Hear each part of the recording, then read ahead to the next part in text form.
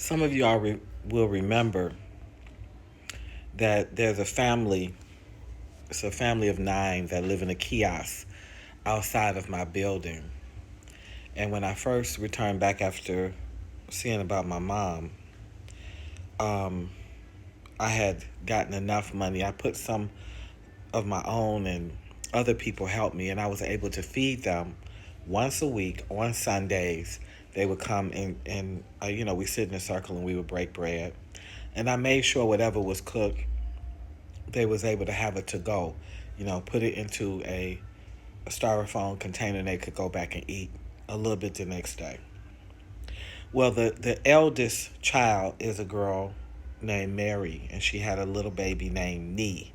And for people who follow me all the time, you know that I helped Nee get a midwife. I've paid for him to go to the doctor. I've paid for medication, gotten him diapers, gotten him food, all type. In fact, I stopped buying the food because the other children was eating his food because they're in a kiosk. So that's no running water, no lights, not enough space, no toilet. It's just a lot of no, but it's too big for me.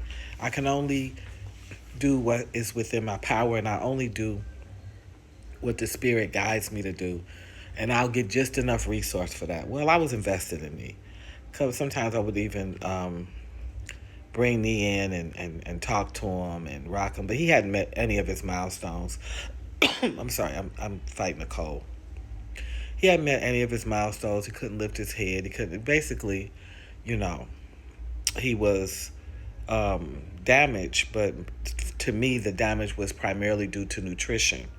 You have a teen mother who doesn't take care of herself, being guided by all accounts, it seems like the mother's, mental capacity is small. So she's a nice woman. I don't have an issue with her.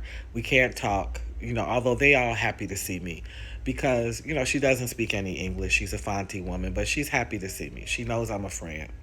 Okay. Well, this baby died. Baby Nee died. He died on Thursday with the in laws. And he died Thursday morning, and he was buried by Thursday afternoon. As soon as he died, a few of the children came to tell me.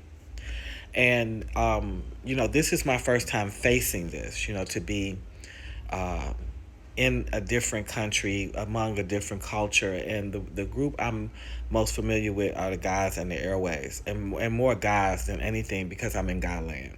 Okay. So here's this family, and so then the rules start to get to explain to me that there will not be. Okay, first of all, she can't see him. The sister had to go and confirm death, and then there will be no funeral. No, he will not be buried in the cemetery. They're not doing any of the processes. He died at home, not in the hospital, and they buried him quickly as to not get a lot of questions. Um, I'm uncomfortable, unhappy with all of it, but I also understand how it works. It's not for me to disturb. It's my role here is to simply help. If I can help, I help. The things that pain me, I kind of pull back from it. I have a set of people I talk to, and vet my feelings through. But I'm very unhappy about all of this. So I did call the local uh, assemblywoman here because I've built a friendship with her. Um, Most of it centered around the library and other questions I had. And I have to take my hat off to her. She came to me. She said, I'll be by your side by evening. She came by 4. We talked with the family. Because she could speak with them. They do speak tree. So she was speaking with them. And to make a long story short, the girl is hurt, but also she's already pregnant again. She's pregnant. She's very pregnant. I already knew she was pregnant. She's 6 months, so she couldn't see that baby if she wanted to because they would they have a belief that that spirit could possibly hop into this new baby spirit, and they don't want that. They also believe because this is the first death she's ever experienced that she's not to go to that funeral. Like if there can't be one, because it's like you sort of wipe it out of memory quick, so that's not anything that's lingering, so it doesn't carry over into another session. But also, it is a belief that like he was not supposed to be here in the first place, and he's gone back to where he belongs. Culture is complicated. Culture is uncomfortable. Culture hurts. Sometimes people's cultural practices hurt. They hurt. You don't agree, and you can't do anything. So I talked and I listened and I accept. It's not what I would do. It's not what I would wish, but this is how it is. So the community, the assemblywoman told me outright, like nobody over here is going to help them because first of all, there's no bloodline here. They don't own anything here, no land, nothing. Like nobody's going to do anything, and so I took it upon myself. I said, okay, for me culturally, I can't handle that because I knew me. You understand? I knew the baby. I flirted with him. I bathed him. I talked smack to him.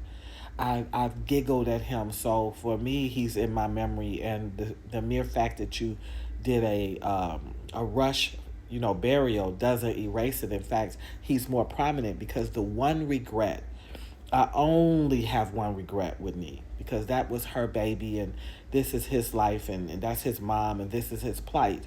Is that there were times I wanted to simply go to the store and buy a baby bottle and buy baby formula, even because it's nothing nutritional in her tit. I can tell you that because they're hungry all the time.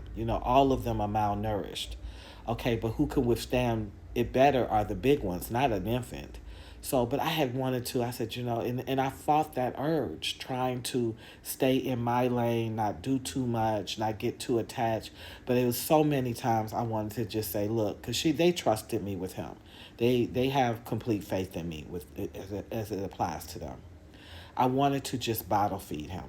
I wanted to let his tummy just get so full. I wanted to see a regular stool, because I never even smelled shit. I never even smelled boo boo with him.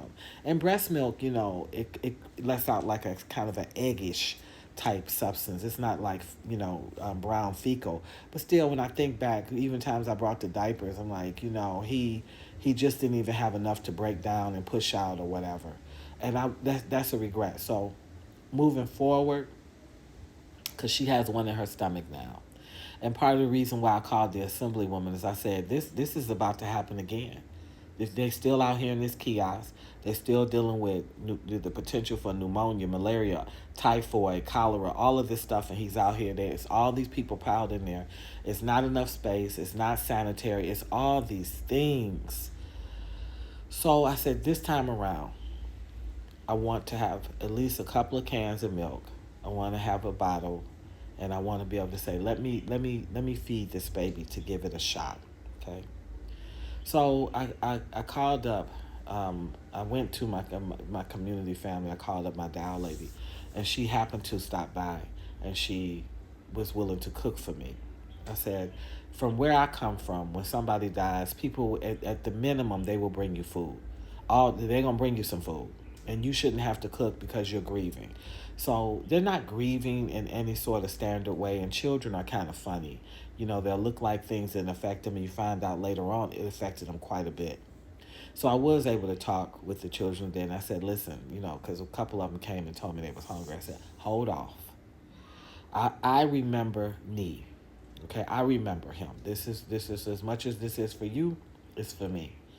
I know you're not having a funeral. I know there's no cemetery. I know all of that, but we're going to remember him. We're going to break bread in remembrance of him. And this isn't for your culture. This is for me. Is that okay? I asked them. They said yes. I said okay. So hold still. I got us a big old thing of light soup and ground nut and gari balls, or they're gonna make um, ground nut soup for me and rice, whatever fits into the little budget I gave them, and we're gonna remember Nee. Um, this work as a grassroots activist in Ghana is very sensitive. I often find myself walking a tightrope because you're trying not to get in trouble and you're trying not to be disrespectful, but you're also trying to stay true to yourself. I only knew him for a short time, and he was a baby, and I do got a thing for babies. But I loved me. He was just a sweetie.